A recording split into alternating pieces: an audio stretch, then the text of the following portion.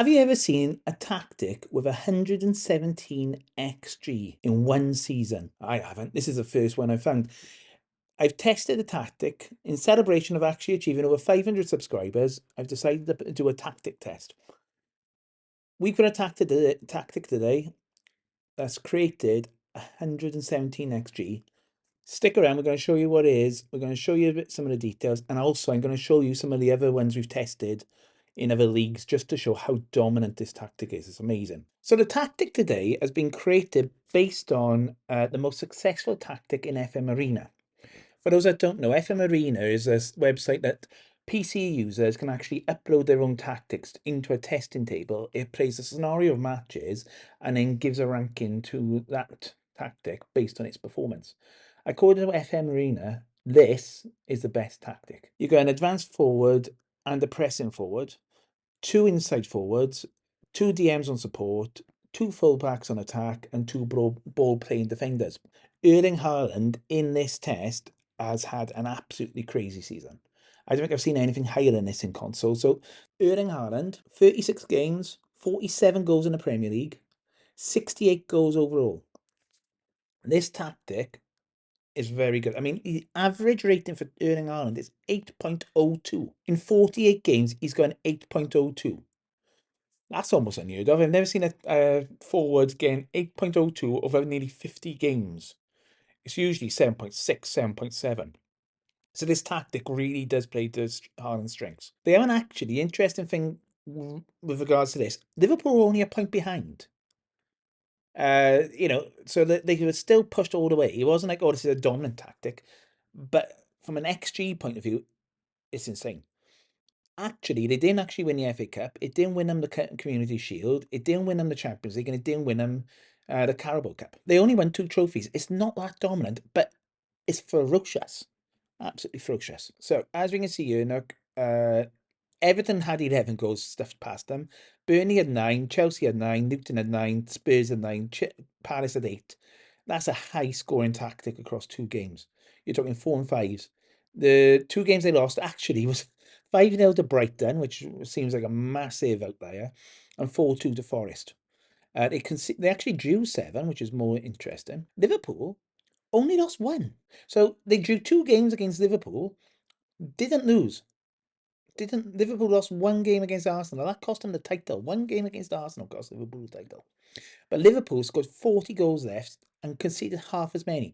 So this tactic, although it's very attacking, will get you a lot of goals, will be dominant. The intensity level of this tactic is maximum. It is going to tire your players out. It is going to absolutely knacker them. Just a warning on this. So let's quickly go through each player now. On the right fullback, you're going to ask them to tackle harder, stay wider, and cut inside with the ball. As you can see, because this is on attacking, the mentality is very attacking. Don't worry, we're going to put chapters in all this, so you can repeat this if you need to. Right, on your ball playing defender, you're going to ask them just to tackle harder. Nothing else, no more risks. They already dribble more, they already take more risks. You're just going to ask them to tackle harder for both of them. As you can see, both of them are set up. They're balanced. So not actually very attacking, it's just a balanced, that will mean they'll take a balanced mentality towards it. So that means they're not overly attacking and they're also not very defensive. It's a mix. They are expected to balance when they should go forward and when they shouldn't. Same on the left full back. You want it tackle harder, wider, cutting inside with the ball when they've got the ball. The 2 defensive midfielders on support, you're just going to get tackle harder. Inside forward on attack is going to have tackle harder, mark the opposition fullback, sit narrower, hold up ball, and run from position selected. On the inside forward on support, you're going to have exactly the same instructions. As you can see, tackle harder, mark the fullback, run from position, sit narrower, hold up ball. On the advanced forward, you're going to just have tackle harder marked. And pressing forward on support, you're going to have basically, there's nothing changed on the pressing forward on support. So it should have more often, moving to channels, hold up ball already selected, and that should be it on the pressing forward on support. And the sweeper keeper, nothing selected. Don't need to put tackle harder. Like I said, about the intensity.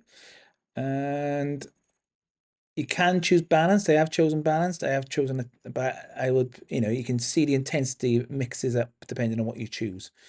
It's not really that little intense. So run through the team instructions. You're going to be playing narrow, pass into space, underlap on both the left and the right because your fullbacks are coming up. So they want the balls coming in because you've got if two inside forwards coming in, so you're going to form a four. So you want the underlaps coming in whilst having the width going out to the fullbacks. You're going to play out of defence. You're going to have shorter passing with highest tempo. You're going to run at defence. In set transition, you want to be on counter press. So no, it's not gegenpress. It's still counter press with counter and quick distribution to the centre backs and rolling it out. So the keeper's keeping possession and it's slowly going to be moved up the pitch. I say slowly, it's on quick tempo.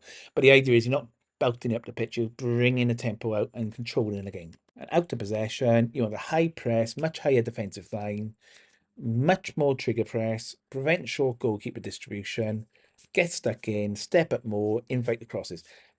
Basically, this formation is doing everything, which normally I don't like a lot of tactics, but this is supposed to be the best tactic in the game. So we're going to show you now how it got 117 XG. We're going to go and play a game. Okay, so you can see here the high pressing defensive line is already in force. You can see Haaland's trying to close the goalkeeper down.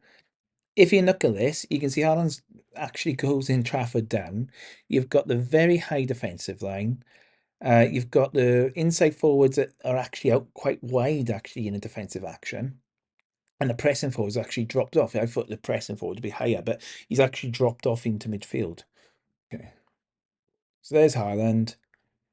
And you can see now Haaland scored the first goal. So that was pressurising the goalkeeper, narrowing the options. That was a gimme, to be honest with you. I'm not too surprised there. That's fine. That's the first goal we've seen. Okay, let's have a look now. This is 11 minutes in. So we can see the pressing forward. We can see the ball, the press on the opposition passing is really high. Pressure, give the ball away, and then it's recycled back to Ederson. Now look at the fullbacks now. You can see it's a nice solid 4-2-4. But what I quite like is the fact that you've got the fullbacks now going out wide. You've got the defence being split, but you've also got the two defensive midfielders actually sitting in there. So you've got, if we move this on a bit, I'm just showing this bit again. What I'm expecting you is it to be spread out a bit more. You've basically got 6 in defence with 4 in attack. So look, you can see here the fullbacks are on wide. The two defensive midfielders are almost sitting in this hole. So if we keep going a bit further forward, I mean, Diaz did run a bit too far, to be fair, didn't he?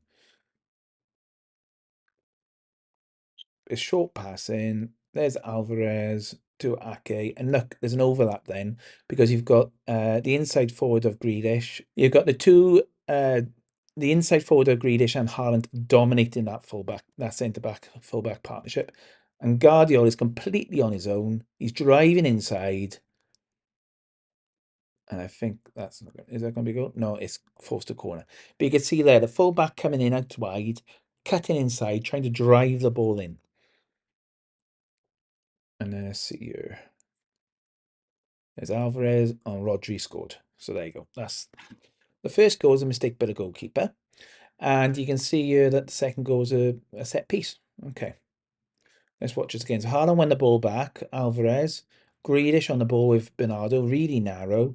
And look at the width you've got there with the fullbacks. So you've got Guardiola and you've got Walker providing the width. It's a really narrow formation. You've got the inside forwards basically occupying the wing backs, the wingers. And then as the fullbacks drop back in, you can see the movement by the front line there. You can see the movement coming in. So it's obviously trying to get that ball and create a space, disrupting the team. And you can see here, look, you got 2 centre backs back. You got the defensive midfielders holding back. And then you can see here, look, there's 4 up front, plus the width of the 2 fullbacks getting into. It's basically 6 up front, pushing back the back 4. So ball goes into Walker. Walker's now basically a winger. He tackles the ball back really high up, and Alvarez scores. So that's what that's 3-0. So you can see we're playing the ball out to the wings. So we're keeping it away from the narrow part where it's narrow, and just trying to get as many players in the box there. is actually a really good tactic. I don't know if I'd like to play it constantly, but you can see why it's so effective with all the defenders. But this is Burnley, obviously, but when we looked at the actual tactic, they didn't lose against Liverpool. They didn't lose against a big four team. They actually lost 5-0 to Brighton and 4-2 to Notts Forest with this tactic. So there you go. If you like this video or you'd like to see more tactics like this, please like and subscribe the video. Until next time, take care. Bye bye.